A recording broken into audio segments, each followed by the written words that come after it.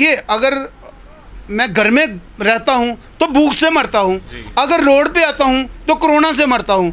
तो हमारे लिए इतने बुरे हालात बन चुके हैं। हमने बार बार सरकार से मांग की कि कम से कम हमारे लोगों की तरफ ध्यान दिया जाए। यहाँ चुनी हुई सरकार नहीं है, इस टाइम एलजी साहब ही हमारे चीफ मिनिस्टर हैं और वही हमारे यहाँ राजा हैं। तो राजा को पता होना चाहिए नीचे जो हमारी प्रजा है वो उनकी हालात क्या है।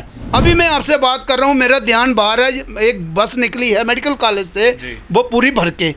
मुझे बताइए, अगर ऐसा सिस्टम ही चला रहे हो आप तो हमें क्यों बंद किया? जम्मू और कश्मीर में करीबन 1 महीने से ज़्यादा का समय हो चला है जब ट्रांसपोर्ट पूरी तरह से ठप है।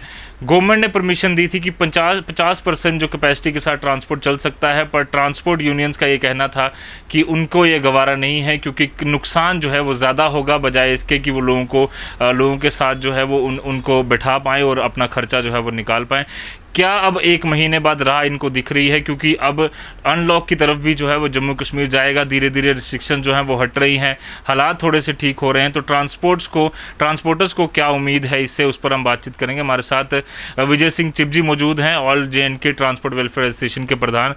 विजय, सबसे पहले 1 महीना हो चला है आपकी, जब पिछली बार भी हमने देखा काफ़ी लंबे समय तक बंद रहा, उसके बाद आपने मांग की कि 33% किराया बढ़ाया गया, पर उसके बाद अब 1 महीने से ज़्यादा समय हो चला है। किस तरह से ट्रांसपोर्टर्स जो हैं वो अपना गुजारा करें? हाँ, नमस्कार, धन्यवाद।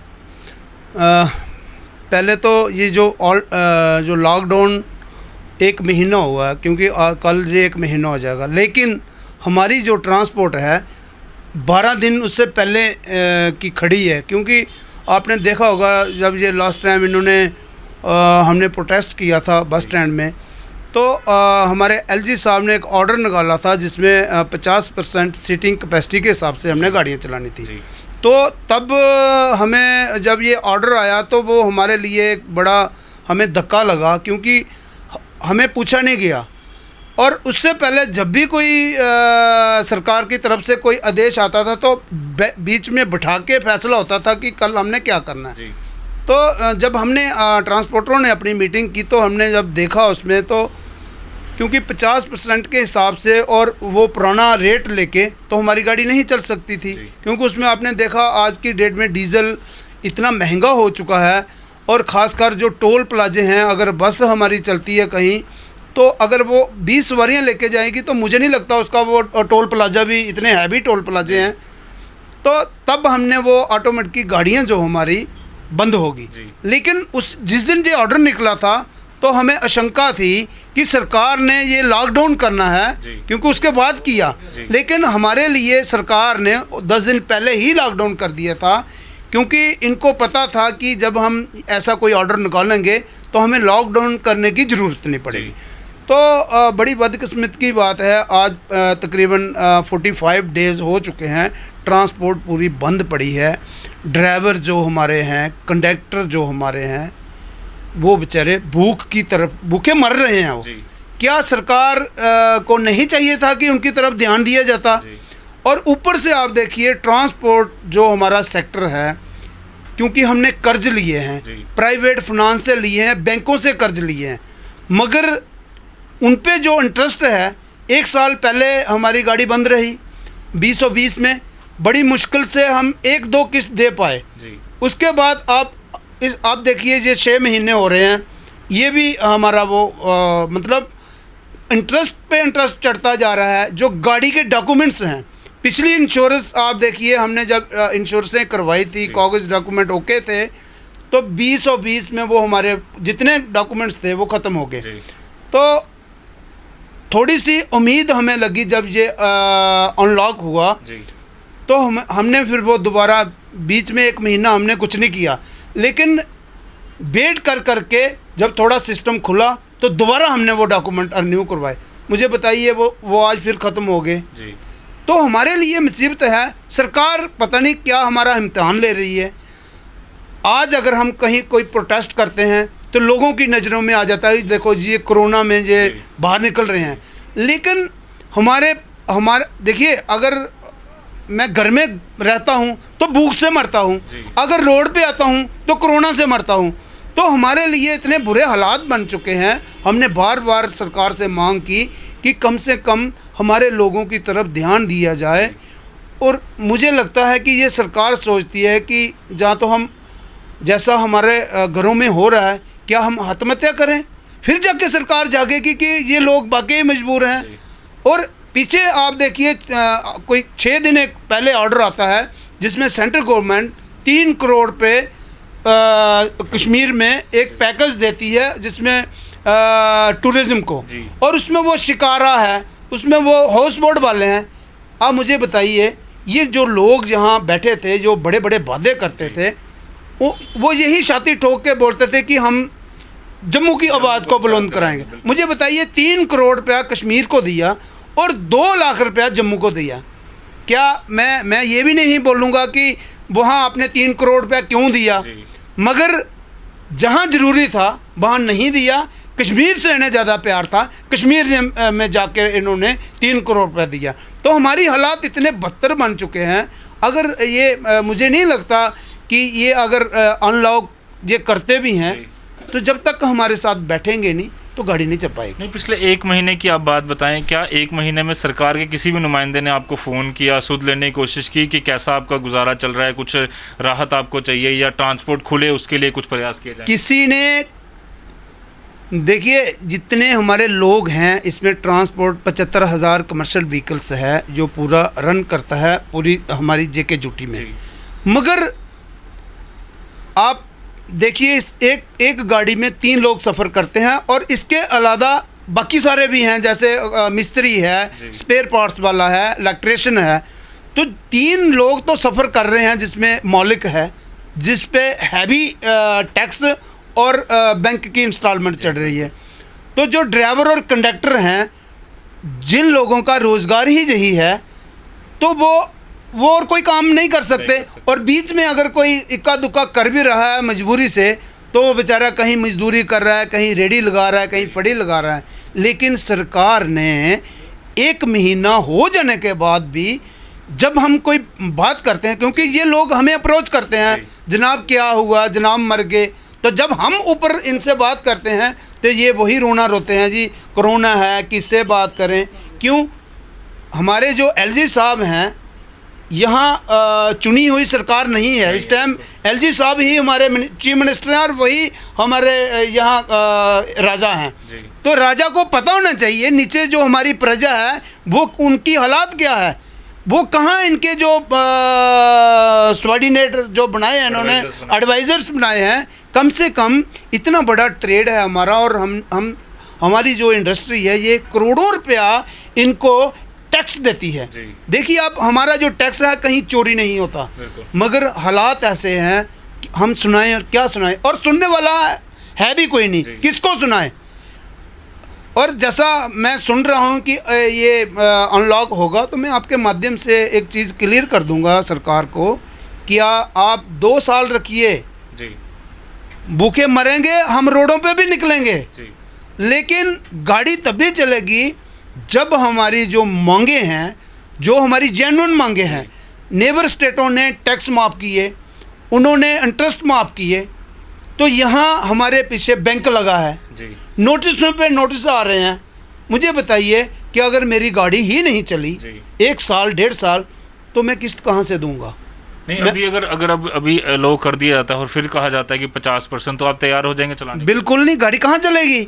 अगर 50% के हिसाब से गाड़ी चलनी होती तो कोई अपना काम धंधा बंद करके कोई घर में बैठता है?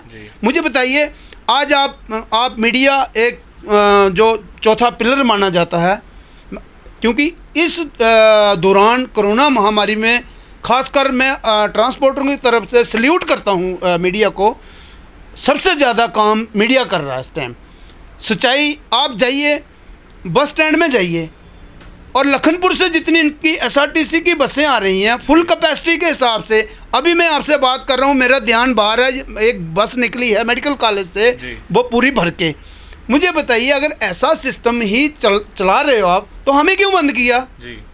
मेरी ये जो मांग है, अगर आप अपनी एसआरटीसी फुल कैपेसिटी के हिसाब से चला रहे हो, मैं रोज़ वीडियो बनाता हूं जो गाड़ियां बस स्टैंड से लखनपुर जाती हैं, वहां से भर के वापस आ रही हैं, तो हमें क्यों रोका गया? हमें भी चलाने देते। आज आप देखिए, परसों मैंने वीडियोस देखी जो मुबारक मंडी में कैंप लगा था, तो वहाँ आपने देखा होगा इतनी भीड़ है, लोगों पे लोग चढ़े हुए हैं। तो हमारी मेटाडोर में और बस में कोई ज़्यादा कोरोना आता है? वहाँ कोरोना नहीं, वहाँ परमिशन लेके जाना है, हमारे बिना परमिशन के आ जाएगा गाड़ी में। तो हमारी एक जेन्युइन डिमांड है। मैं अपील करूँगा आपके माध्यम से, गवर्नर साहब उठिए, नींद से जागिए।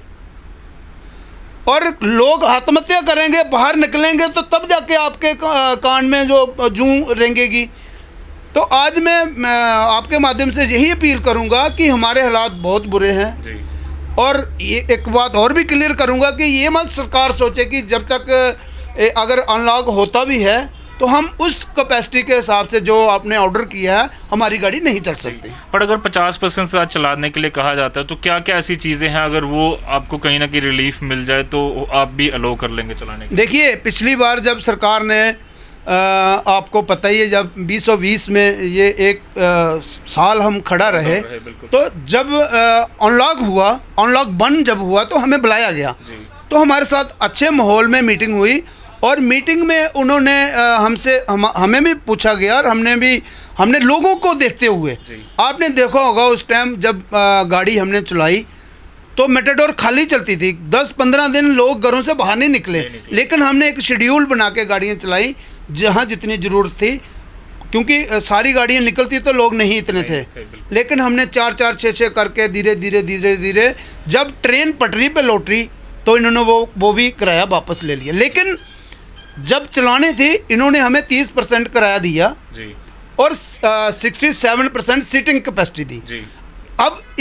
अब की बार इन्होंने 50% कर दी लेकिन किराया नहीं बढ़ाया, तो कैसे वो तो मुश्किल था। तो उसी को देखते हुए हमने 50% की मांग रखी थी। सरकार हमारे साथ बैठे, अगर आपको लगता है 50% ज़्यादा है, अब सीटिंग कैपेसिटी थोड़ा बढ़ाइए, क्योंकि एक बस में तकरीबन ज़रूरी नहीं है 25-22 सवारियाँ, 50 सीटर 60 लोग बैठ सकते हैं, उसमें 30 लोग, सीटिंग कैपेसिटी थोड़ा बढ़ाइए और थोड़ा किराया कम कर दिए ताकि लोगों पर भी बोझ ना पड़े और हमारा सिस्टम भी चल सके। बिल्कुल, काफ़ी ज़रूरी है इनकी मांगे। और क्या अब जो बाकी इंश्योरेंस या बैंक की किस्तों की बात करें, क्या रिलीफ आप सरकार से उम्मीद कर रहे हैं? देखिए, ये जो हमारी जेन्युइन डिमांड है, अंधे को रास्ता दिखाना पड़ता है, जो कानों से जिसे सुनाई नहीं देता उसको उंगली पकड़ के, ठीक है ना, इशारों में समझाना पड़ता है। लेकिन ये जो हमारी डिमांड्स है, ये तो सारी आम जनता को भी पता है कि जिस ट्रांसपोर्टर की गाड़ी ही नहीं चली तो वो टैक्स कहाँ से पे करेगा। आपने देखा पिछले जब ये 2020 में हमारे जो टोकन थे वो डबल किए थे, कम नहीं किए, डबल किए। तो अगर हमारी गाड़ी ही नहीं चली, हमारी डिमांड जेन्युइन डिमांड है, इन्हें करने में हम इनसे जेब से कुछ नहीं मांग रहे। अगर जो हमारे जितनी देर गाड़ी खड़ी रही है वो डॉक्यूमेंट्स आगे एक्सटेंड होने चाहिए। जो इंटरेस्ट हमारे हैं, बैंक इंटरेस्ट माफ़ करे और जो पीरियड हमारा है वो आगे कर दे। देखिए, बैंक भी बच जाएगा, ट्रांसपोर्टर भी बच जाएगा और रास्ता बीच का निकल जाएगा। तो जो जेन्युइन डिमांड है हमारी, तो इसके लिए हम सरकार से अपील करेंगे। हम ये नहीं कह रहे कि हमें मुआवजा दो, जो हमारा टाइम गया चलो वो गया, लेकिन जो बीच में जो रास्ता, जैसा मैंने बताया, बैंक को टाइम दिया जाए आगे, और इंटरेस्ट जो हमारा इस दौरान का वो माफ़ किया जाए। और डॉक्यूमेंट्स जो हमारे हैं, जैसा बाकी स्टेटों ने किया, ये भी कर सकते हैं और करना भी चाहिए इन्हें, क्योंकि ये नहीं है कि हमने आप लॉकडाउन लग रहा है तो हम चोरी छिपे कहीं फेरे लगा रहे हैं। गाड़ी खड़ी है जनाब, और ड्राइवर कनेक्टर के लिए जैसे केजरीवाल सरकार ने, बाकी कुछ स्टेटों ने किया, तो वैसा कुछ पैकेज लाएं। जी बिल्कुल, काफ़ी ज़्यादा ज़रूरी है। ट्रांसपोर्टर्स पिछले काफ़ी समय से लगातार मांग कर रहे हैं। जम्मू कश्मीर की खासकर बात करें तो अगस्त 2019 से लेकर अभी तक हालात जो हैं पूरी तरह ठीक नहीं हुए हैं। ट्रांसपोर्ट पूरी तरह से बंद है और अभी भी करीबन 45 दिन हो चुके हैं नॉन स्टॉप ट्रांसपोर्ट जो है वो बंद है। और इनकी कुछ डिमांड्स हैं, सरकार अगर सुनती है तो उम्मीद है कि आने वाले समय में जो लोगों को भी परेशानी आ रही है, पब्लिक ट्रांसपोर्ट नहीं मिल पा रहा, वो भी चलेगा। और इनके जो लोग हैं, जो ट्रांसपोर्ट यूनियन से जुड़े जितने भी लोग हैं, ट्रांसपोर्टर्स हैं, जिसमें ड्राइवर ड्राइवर है, कंडक्टर है, उससे जुड़े एंसिलरी इंडस्ट्री जितनी भी हैं, उन सबको भी एक राहत पैकेज दिया जाए ताकि वो भी अपना घर बार अच्छे से चला पाएँ। कैमरा पर्सन कमल सिंह के साथ Rajat Vora, the News Now, Jammu.